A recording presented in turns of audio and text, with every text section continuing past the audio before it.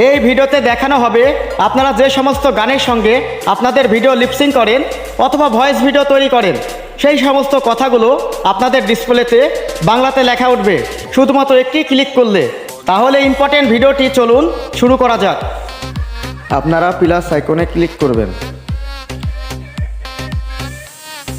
এখান থেকে আপনি সরাসরি ভিডিও করতে পারেন।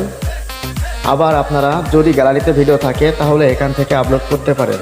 আমার যেহেতু গ্যালারিতে ভিডিও আছে, আমি গ্যালারি থেকে নিলাম।